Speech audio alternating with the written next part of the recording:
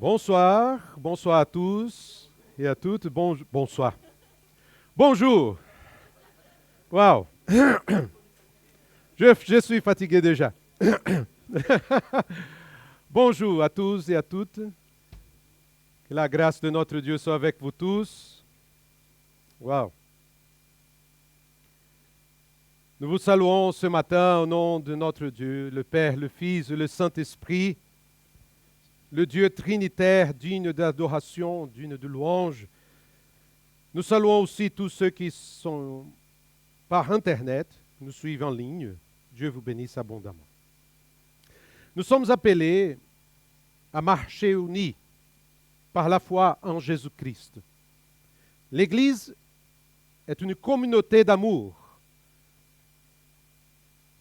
en qui Jésus est le lien parfait.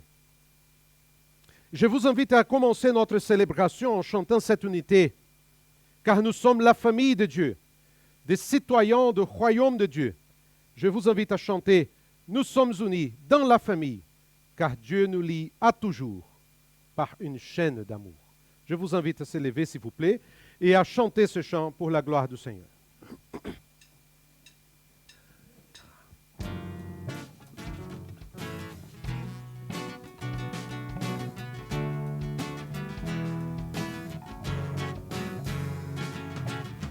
Nous sommes unis, car Dieu nous lie à toujours par une chaîne d'amour.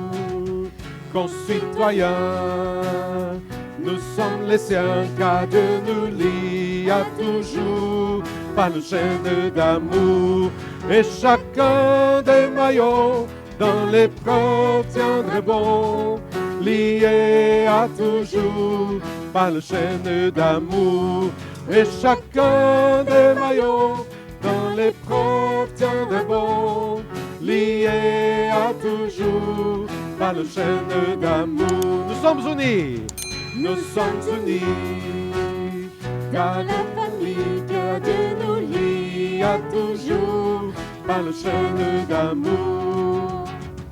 Concitoyens, nous sommes les siens, car Dieu nous lie à toujours par le chaîne d'amour. Et chacun des maillons dans l'épreuve tiendrait bon, lié à toujours par le chaîne d'amour. Et chacun des maillons dans l'épreuve tiendrait bon, lié à toujours par le chaîne d'amour.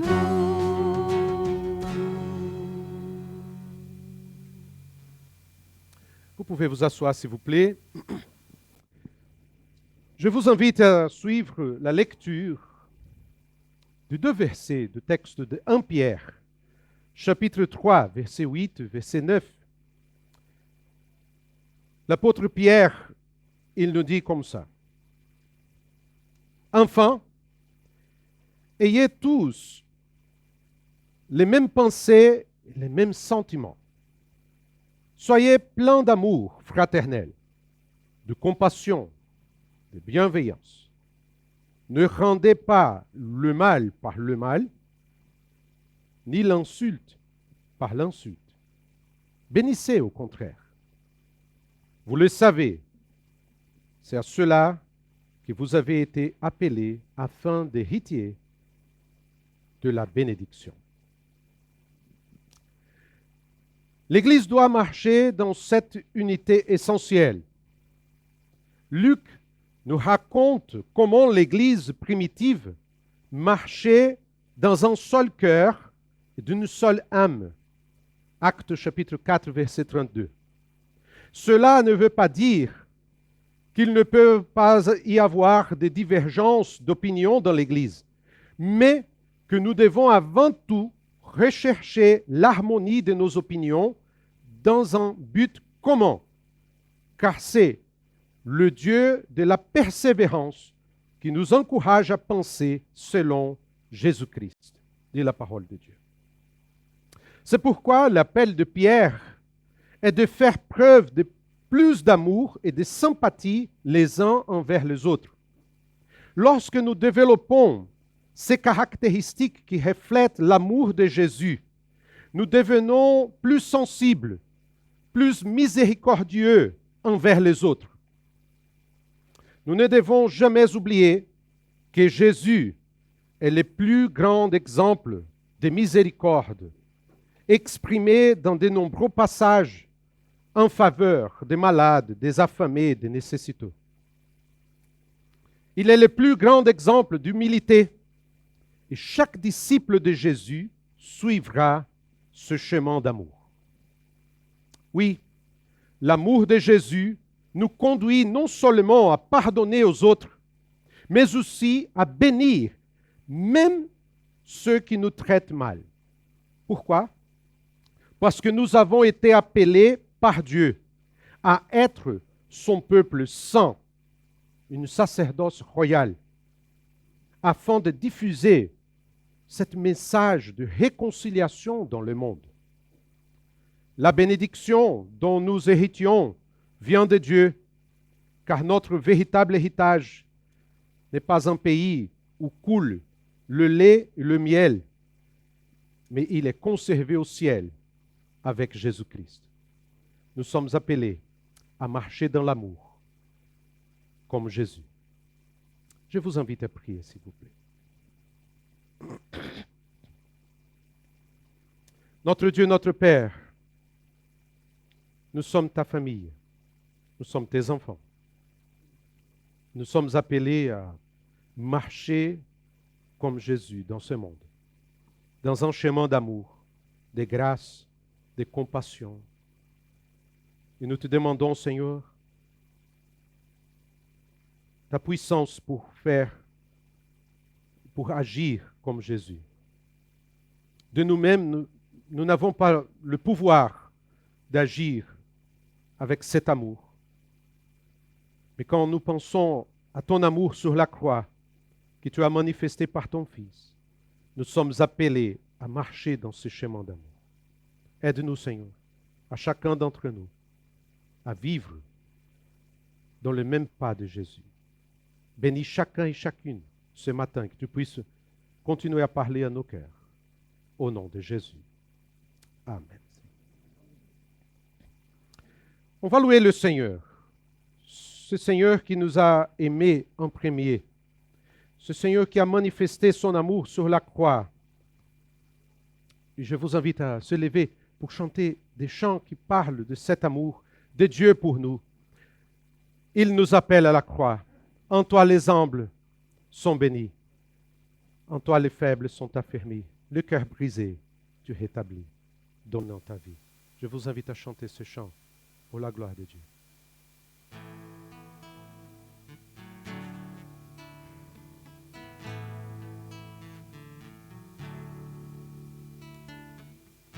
En toi les humbles sont bénis.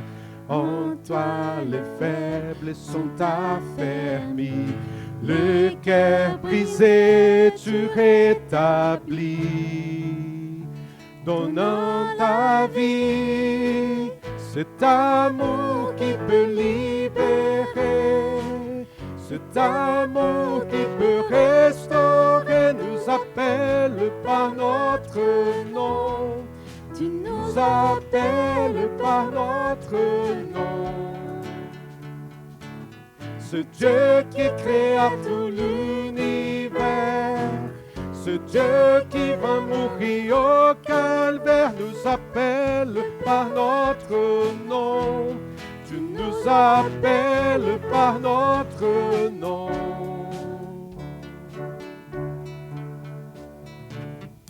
À ceux qui doutent dans la foi, oh chancelant, tu tends les bras, tu les appelles de ta voix. Chantez!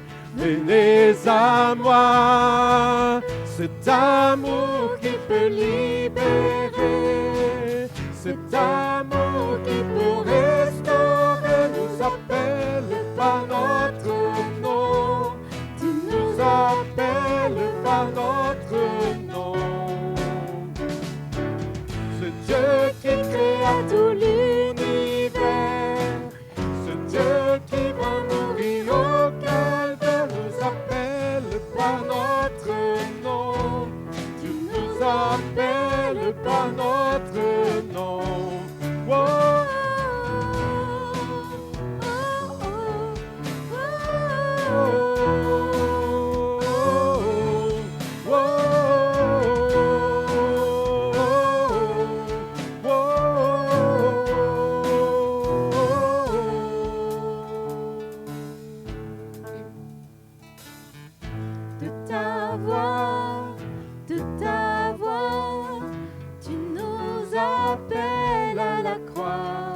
chanter.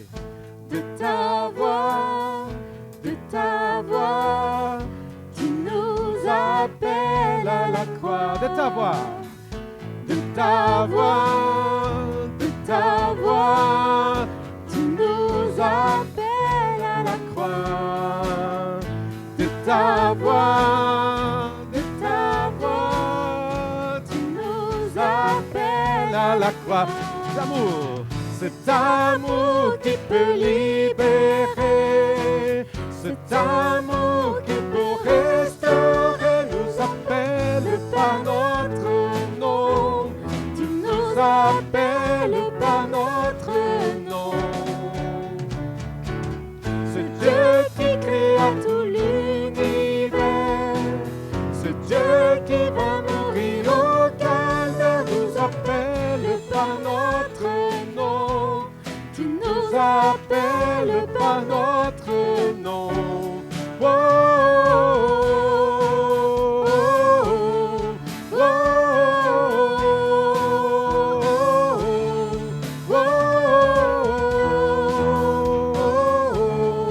oh,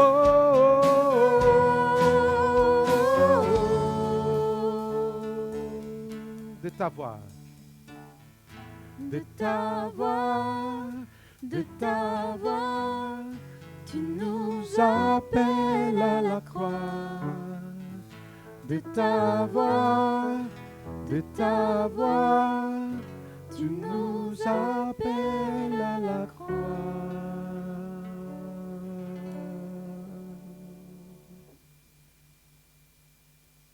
de ta voix, tu nous appelles à la croix. La croix, c'est le symbole plus puissant de l'amour de Dieu. C'est le sang qui vient pour mourir pour les pécheurs. C'est Dieu qui s'incarnait, qui est sorti du ciel pour nous appeler à lui-même. C'est pour ça qu'on va chanter un chant d'amour à notre Dieu. Je suis heureux. Tu m'as donné ton nom. Chers frères et sœurs, ça c'est une grande bénédiction. Nous sommes appelés par le nom de Dieu. Tu m'as donné ton nom. Je ne veux pas être ailleurs qu'en dans tes bras d'amour. Peut-être cette semaine, c'était une semaine difficile. Peut-être cette semaine, c'était une semaine compliquée.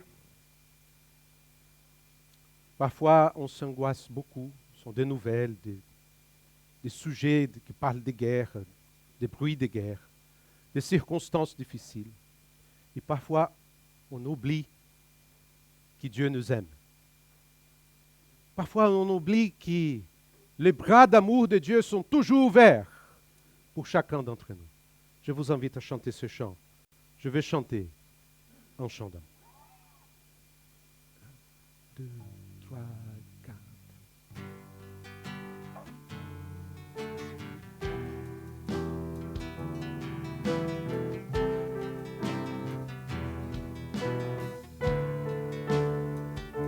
Je veux chanter. Je veux chanter un chant d'amour Pour mon sauveur, pour toi Jésus. Merci pour ce que tu as fait. Tu es si précieux, Jésus mon sauveur. Je suis heureux, Tu m'as donné ton nom. Je ne veux pas être ailleurs que dans tes bras d'amour, que dans tes bras d'amour, tout près de toi, contre ton cœur, dans tes bras d'amour. Je vais chanter. Je vais chanter un chant d'amour pour mon sauveur, toi Jésus. Merci pour ce que tu as fait. Tu es si précieux, Jésus mon sauveur. Je suis heureux, tu m'as donné ton nom. Je ne veux pas être ailleurs que dans tes bras d'amour, que dans tes bras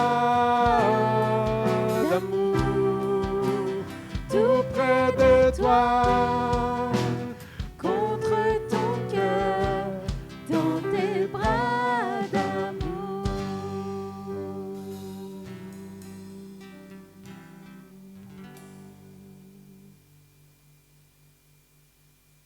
Dans les bras d'amour, nous pouvons trouver toute la sécurité, toute la grâce de Dieu pour nous. Comment pouvons-nous avoir cette confiance? C'est la parole de Dieu qui nous assure cette confiance. Dans la parole de Dieu, il y a toujours des promesses de Dieu pour nous. C'est pour ça que c'est très important d'écouter la parole de Dieu, lire la parole de Dieu. La parole de Dieu, c'est le manuel de Dieu pour notre vie. Et on va chanter ce chant qui dit « Ta parole, portée par l'Esprit ». Elle n'est pas un livre humain. Oui, bien sûr, les êtres humains ont écrit, mais sous l'inspiration du Saint-Esprit. Et quand nous lisons la parole de Dieu, quand on médite sur la parole de Dieu, sur les promesses de Dieu pour notre vie, l'Esprit de Dieu va apaiser nos cœurs, va nous diriger, va nous conduire. Je vous invite à chanter ce chant avant le message de ce matin. Ta parole, portée par l'Esprit, te révèle et te glorifie. On va glorifier le Seigneur.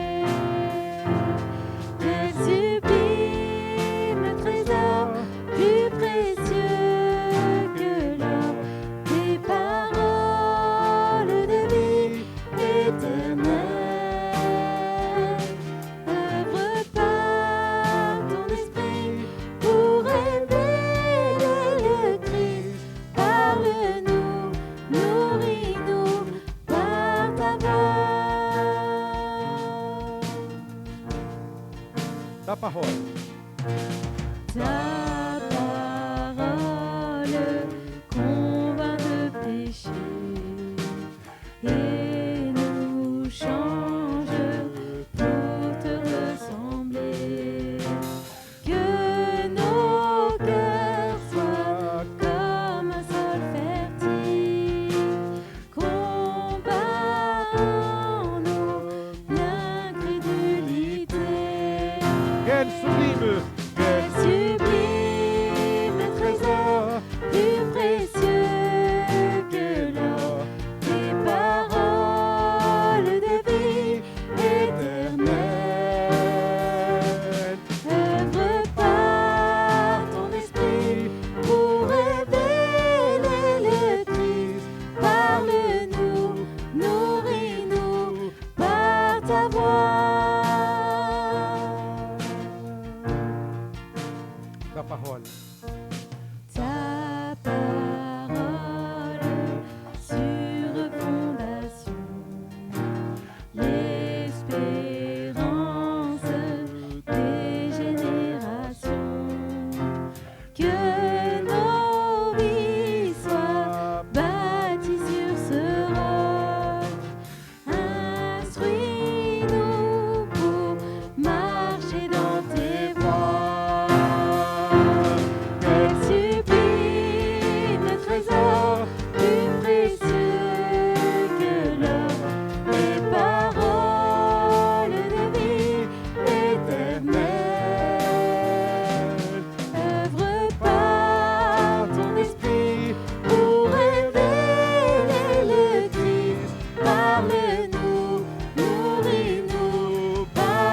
voix. Quel sublime! Quel sublime trésor, plus précieux que l'or, des paroles de vie éternelle. Œuvre par ton esprit pour révéler le Christ. Parle-nous, nourris-nous par ta voix. Parle-nous, nourris-nous par ta voix. Parle-nous, nourris-nous par ta voix.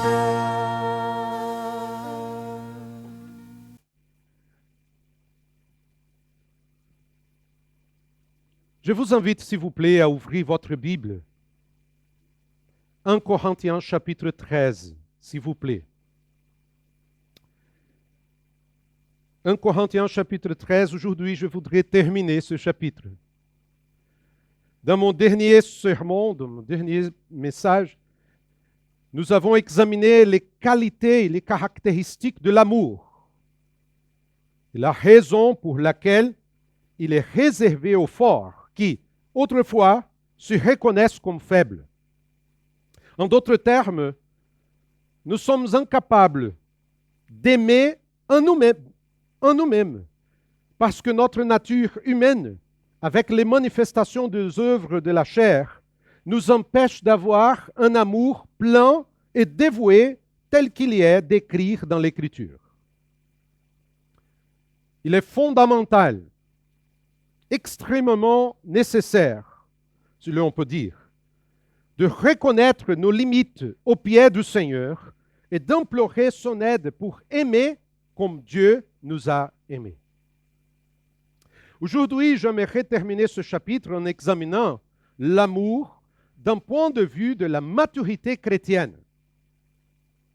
Il est toujours bon de se rappeler pourquoi Paul a écrit tout cela sous la direction du Saint-Esprit. L'Église de Corinthe était une communauté divisée avec de profonds problèmes relationnels qui se manifestaient dans le culte et dans leur vie. Et là où réside l'égoïsme, l'envie et les luttes de pouvoir, nous pouvons dire sans crainte de nous tromper qu'il y a une grande immaturité spirituelle et émotionnelle. Gardons cela à l'esprit, s'il vous plaît. Aide-moi. 1, 2, 3. OK. Merci. Le signe de la maturité chrétienne est une vie remplie de l'esprit, où le caractère du Christ, le fruit de l'esprit, se manifeste dans la vie des croyants. Je vous invite avec votre Bible ouverte ou allumer votre Bible dans le portable, lire le passage verset par verset en examinant et appliquant l'enseignement biblique pour notre vie. Paul commence au verset 8 comme ça. L'amour ne meurt jamais. Les prophéties disparaîtront, les langues cesseront, la connaissance disparaîtra. Je répète ce que j'ai dit dans le message précédent. Littéralement, dans le texte grec, le texte dit « l'amour ne défaille jamais ». Où le verbe « défaillir » a le sens de tomber, comme quelque chose qui s'effondre, qui subit à la ruine. L'amour véritable ne subira jamais un tel sort, car il est enraciné dans le caractère de Dieu. Car comme le dit Jean, Dieu est amour. Or, s'il est fondé sur le caractère de Dieu, Paul fait rapidement le lien entre l'amour et les dons auxquels les Corinthiens étaient si attachés et montre ce qu'ils valorisaient était limité. Les prophéties disparaîtront, les langues cesseront, la connaissance disparaîtra. Regardez bien chaque expression utilisée par Paul.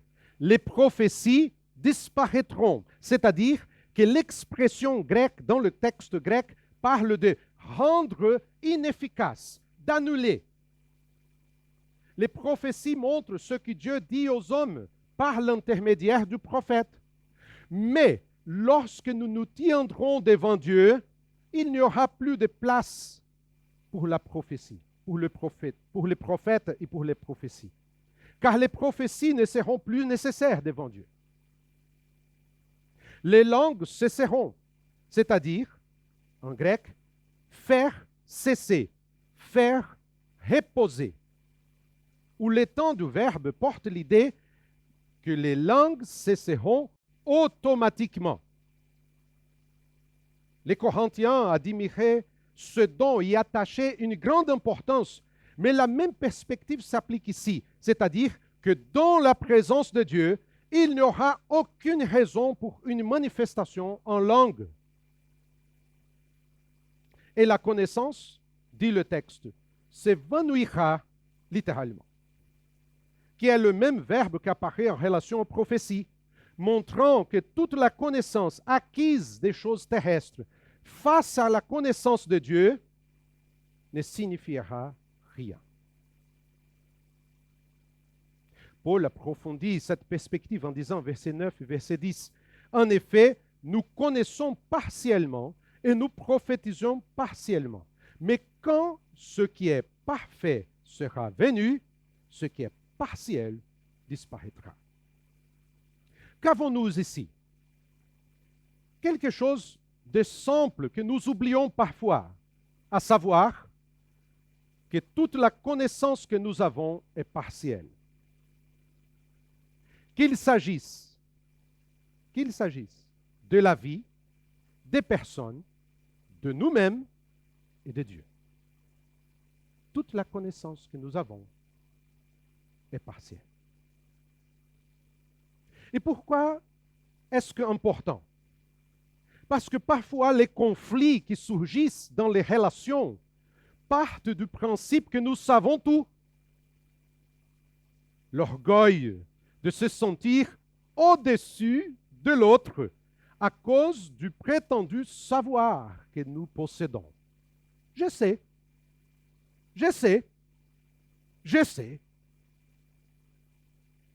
Nous avons une connaissance partielle. Même avec Dieu, certaines personnes essaient de se justifier d'une manière puérile par leur prétendue connaissance de ce qui s'y passe. Et quand Paul dit que nous prophétisons en partie, cela nous montre que Dieu ne révèle pas tout. Et combien de fois marchons-nous avec Dieu sans savoir, avec certitude, ce que nous allons faire après le premier pas, n'est-ce pas?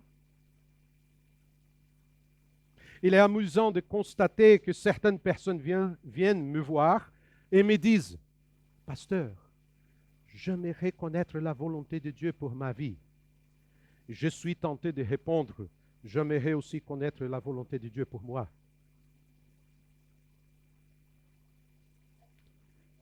C'est comme si le pasteur était une sorte d'oracle divin qui pouvait leur montrer tout le plan après une prière. Soyons honnêtes, nous ne connaîtrons jamais toute la vérité, surtout dans cette dimension, c'est-à-dire actuellement. Et la vie chrétienne implique de connaître la vérité pas à pas. Ce qui en déstabilise beaucoup, car nous aimerons que Dieu nous donne toute la vérité d'un seul coup. Apprenons ce principe, chers frères et sœurs. La vérité est une personne, Jésus-Christ. Et c'est dans la communion quotidienne avec lui que vous comprendrez ce dont vous avez besoin pour vivre. Avez-vous entendu ce que je dis? Vous comprendrez ce dont vous avez besoin. Mais cela ne veut pas dire que vous comprendrez tout. Pourquoi? C'est simple. Mais quand ce qui est parfait sera venu, ce qui est partiel disparaîtra. Le texte dit, quand ce qui est parfait sera venu. C'est-à-dire qu'en grec, ce mot, teleion, signifie complet, parfait, contient l'idée de la fin, du but désiré. Cela renvoie au projet éternel et immuable de Dieu.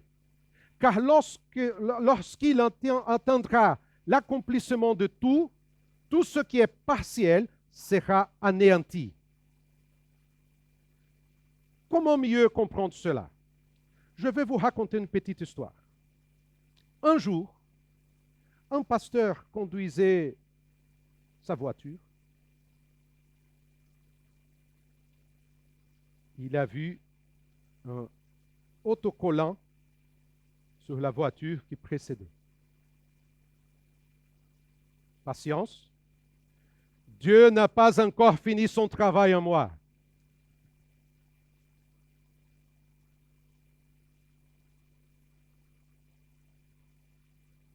C'est une bonne chose. Hein?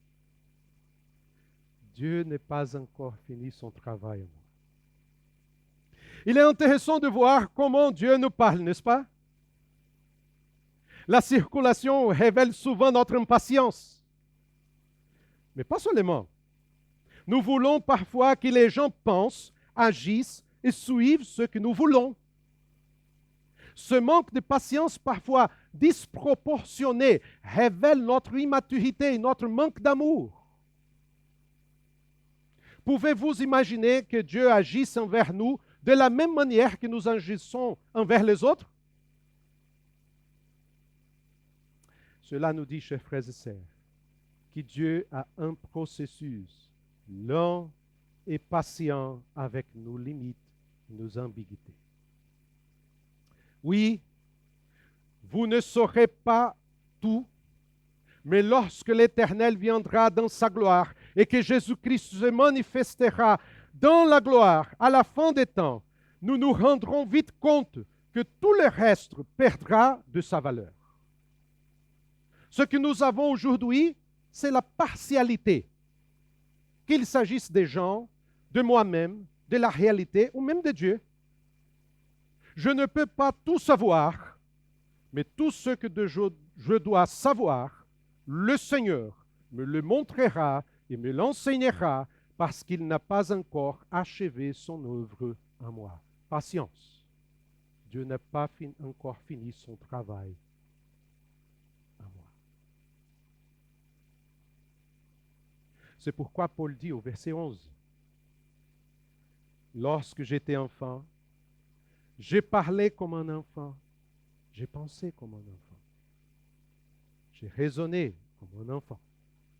Lorsque je suis devenu un homme, j'ai mis fin à ce qui était de l'enfant. » C'est ici que Paul établit le contraste entre ce qui est partiel et ce qui est complet, montrant la vie de l'homme et son développement. Il s'appuie certainement sur son expérience personnelle, se souvenant peut-être de son enfance, car il est tout à fait naturel pour un enfant d'agir comme un enfant. Parler, penser, raisonner comme un enfant montre une perspective globale où parler montre la coutume, penser indique les intérêts et le conflit, et raisonner implique la manière de résoudre les choses. La question est, comment un homme agit-il? C'est très intéressant parce que Paul ici utilise un mot pour homme, aner, c'est-à-dire l'homme au sens de mâle, opposé à la femme, d'homme opposé à la divinité, d'adulte, d'homme mûr, opposé à la jeunesse. Il peut signifier quelque chose lié au caractère. Un homme courageux, un mari, un guerrier, un soldat. Et ici, le contraste n'est plus entre le partiel et le complet, mais entre l'enfant et l'homme. L'immaturité et le mûr. L'enfantin et l'adulte. Et cela est extrêmement précieux, car nous vivons dans une génération de personnes atteintes du syndrome de Peter Pan.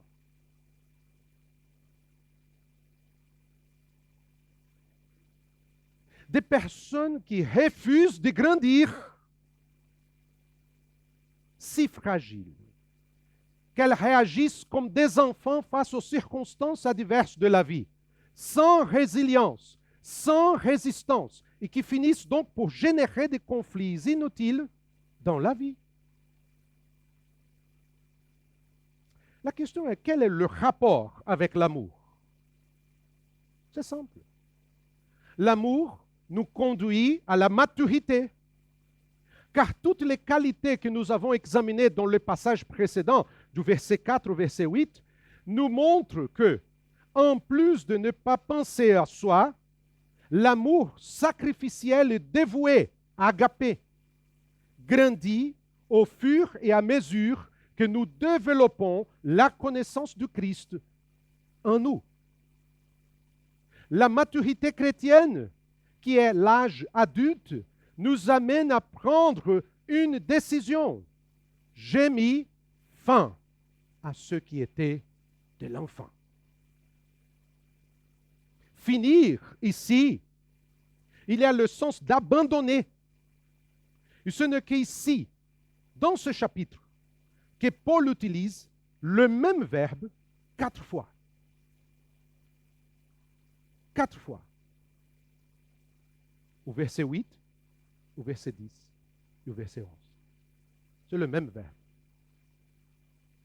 Disparaîtra, aboli, cesser, fini.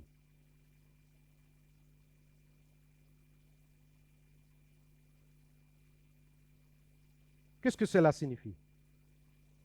Paul ne dit pas que les choses enfantines sont passées avec le temps, mais qu'il a décidé de son côté de ne pas se laisser dominer par des attitudes puériles.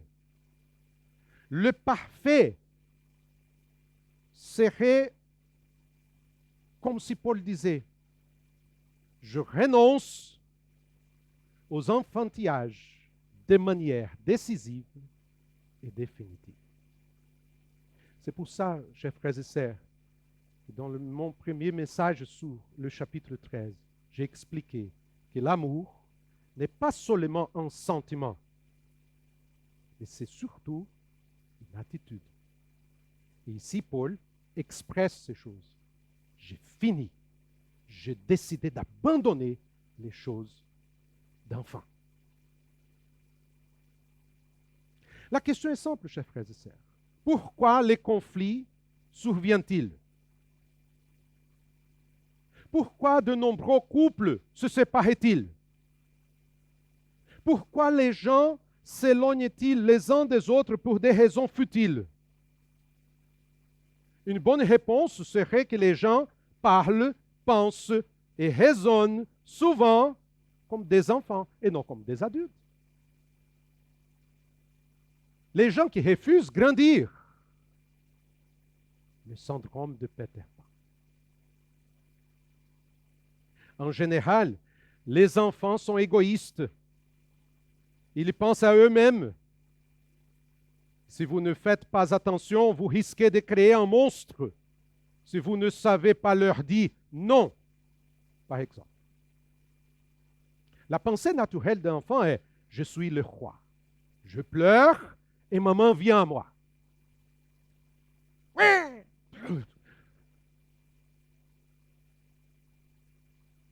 Beaucoup de parents font des erreurs avec leurs enfants parce qu'ils ne veulent pas qu'ils souffrent, qu'ils soient frustrés. Mais c'est une énorme erreur. C'est pourquoi nous avons aujourd'hui tant d'adultes problématiques qui, à la première frustration, crient, pleurent et se lamentent comme s'ils étaient des enfants gâtés. Les parents qui aiment leurs enfants sont les premiers à les frustrer, car grandir fait mal. Et comme Dieu est un Père qui aime, sachant que nous avons besoin de grandir, il permettra des situations difficiles pour que nous devions comme son Fils, car tout concourt à notre bien, y compris la douleur, la maladie, la souffrance et même la mort. Même la mort. Tout concourt au bien. Il n'est pas dit que tout est bien, mais toutes les choses. Les difficultés, la souffrance, la maladie. Pourquoi Dieu? Et Dieu va dire, pour que tu puisses grandir. Parce que grandir fait mal. Paul poursuit au verset 12. Aujourd'hui, nous voyons au moyen d'un miroir, de manière peu claire. Mais alors, nous verrons face à face. Aujourd'hui, je connais partiellement, mais alors, je connaîtrai complètement, tout comme j'ai été connu. La ville de Corinthe était célèbre pour ses miroirs. Mais peu de chrétiens pouvaient s'offrir un miroir de bonne qualité. Dans la littérature grecque, un miroir symbolise la clarté, la connaissance de soi. Ce miroir était généralement en métal poli, ce qui signifiait que le reflet n'était pas très bon. C'est pourquoi Paul dit que nous voyons comme à travers un miroir, dans l'obscurité. C'est très intéressant. Ce mot peu clair, aenigmati, signifie énigme, devinette, image indistincte, obscure. C'est-à-dire que la vision que nous avons des choses et de la réalité est au mieux une image incomplète. Mais Paul ne s'arrête pas là. Il poursuit en disant, mais alors nous verrons face à face. La question est, qui verrons-nous face à face? Dans l'esprit de Paul, il n'y a certainement pas d'autre personne que Christ. Aujourd'hui, on voit toutes les choses comme une énigme. Mais un jour, face à face. C'est dans la gloire éternelle que nous comprendrons tout ce qui est indistinct pour nous aujourd'hui. Toutes ces réalités qui nous semblent un peu confuses, en présence du Christ, tout sera clair. Il n'y aura pas d'énigme. La question est de savoir ce que nous savons vraiment de nous-mêmes et des autres. Le texte dit, aujourd'hui je connais partiellement, mais alors je connaîtrai complètement, tout comme j'étais connu. Oui, notre connaissance est partielle, qu'il s'agisse des choses, des événements, des personnes et de nous-mêmes. Mais un jour, devant Jésus-Christ, nous connaîtrons pleinement. Comme nous sommes connus de Dieu. Regardez bien le contraste, car notre connaissance est limitée, mais Dieu nous connaît pleinement. C'est pour ça que Paul dit, tout comme j'ai été connu, c'est-à-dire la connaissance de Dieu ne grandit pas jusqu'à atteindre quelque chose de parfait. Il nous connaît tout simplement, pleinement. Et pourquoi Paul dit cela? Le dernier verset du texte. Maintenant, donc, ces trois choses restent. La foi, l'espérance, l'amour. Mais La plus grande des trois, c'est l'amour. Nous trouvons ici un dernier contraste, c'est-à-dire des choses temporaires par rapport à des réalités éternelles. Or, dans cette réalité présente, ces trois choses, la foi, l'espérance et l'amour, forment une unité. C'est pourquoi le verbe rester dans le texte grec est au singulier. Mais en même temps qu'il énumère les trois, Paul montre que ces choses sont uniques et apparaissent souvent ensemble dans le Nouveau Testament. La foi était l'un des thèmes favoris de Paul dans son enseignement. C'est pourquoi il va dire, et ce que je vis maintenant dans mon corps, je vis dans la foi au Fils de Dieu qui m'a aimé et qui s'est donné lui-même pour moi. Je le vis dans la foi au Fils de Dieu. Sans foi, sans la foi, il est impossible de plaire à Dieu, car ce n'est que par la foi en Christ que la grâce nous sauve, et c'est un don de Dieu. L'espérance, en revanche, est indispensable à la vie et à l'existence. Et au cours du premier siècle, le christianisme a apporté de l'espoir et une nouvelle perspective à des milliers de personnes, car les esclaves, les femmes, les exclus, les enfants, les opprimés dans la société ont trouvé un encouragement dans le message de Jésus. Cependant, l'apôtre Paul a prononcé le dernier mot en plaçant l'amour au sommet, ce qui ne signifie pas qu'il y ait voulu les classer dans un ordre de grandeur. Le fait est que les Corinthiens tenaient les langues en haute estime, mais l'apôtre attire l'attention sur ce point en disant ce qui est vraiment important. Ce ne sont ni les langues, ni la prophétie, ni aucun autre don spectaculaire, mais la foi, l'espérance et l'amour. Et de toutes ces choses, rien n'est plus grand que l'amour. Réfléchissons ensemble à cela un instant, s'il vous plaît. Nous passons parfois beaucoup de temps sur des petites choses. Nous nous battons pour des situations qui ne valent pas la peine, des enjeux qui ne dureront pas. Nous perdons notre temps à des choses insignifiantes, à des questions secondaires, alors que nous devrions comprendre à aimer les personnes, en sachant que nous ne savons pas tout, que nous n'avons pas une vue d'ensemble des choses et que nous devrions investir plus de temps dans ce qui est important. La foi, l'espérance, l'amour. L'amour nous conduit à la maturité. Il nous permet de laisser tomber les enfantillages et d'agir comme des adultes. L'amour est plus important que la prophétie.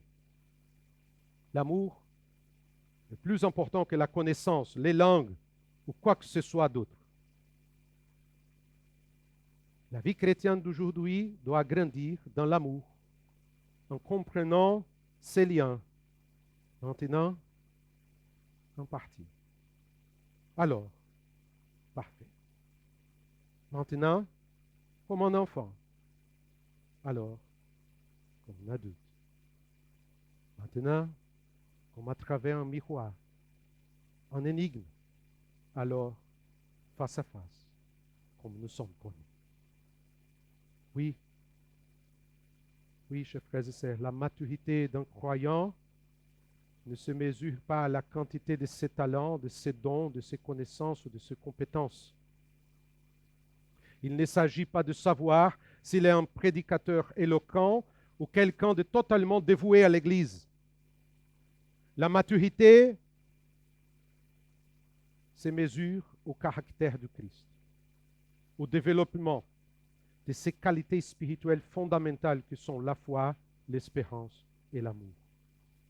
Ce qui est intéressant, c'est que ces choses demeurent et qu'à la fin, nous n'aurons plus besoin ni de foi, ni de l'espérance.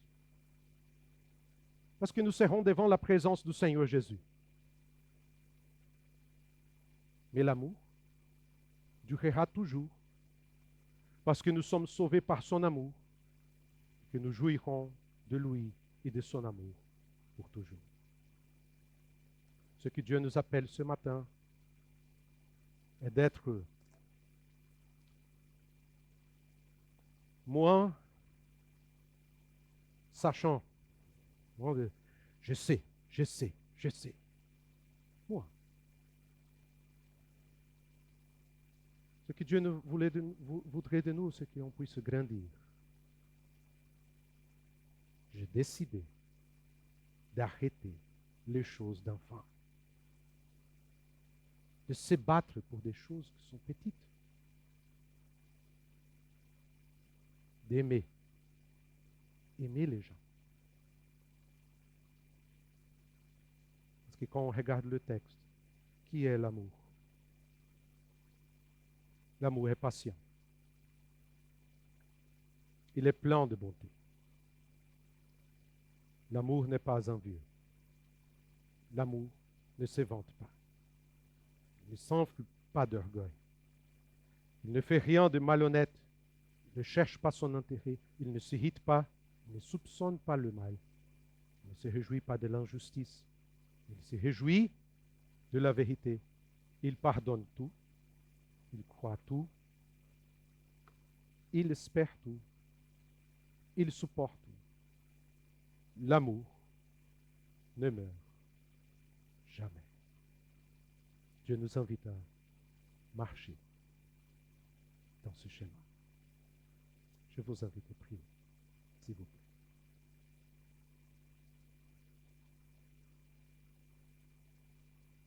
Notre Dieu, notre Père,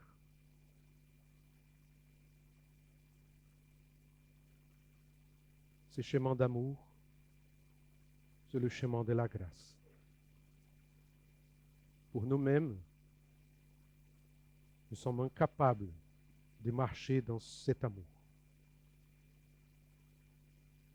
C'est pour ça que nous avons besoin de grandir en Jésus, de faire connaissance de la vérité qui est Jésus. C'est pour ça que nous avons besoin de marcher avec toi, Seigneur, chaque jour. Parce que tu n'as pas fini ton œuvre dans notre vie. Aide-nous, Seigneur, à agir avec patience, avec amour, avec grâce envers les autres. Qu'on puisse chaque jour recevoir de toi, Seigneur, cette puissance pour aimer les autres comme Jésus a aimé. Aide-nous dans notre faiblesse, parce que nous avons besoin de toi.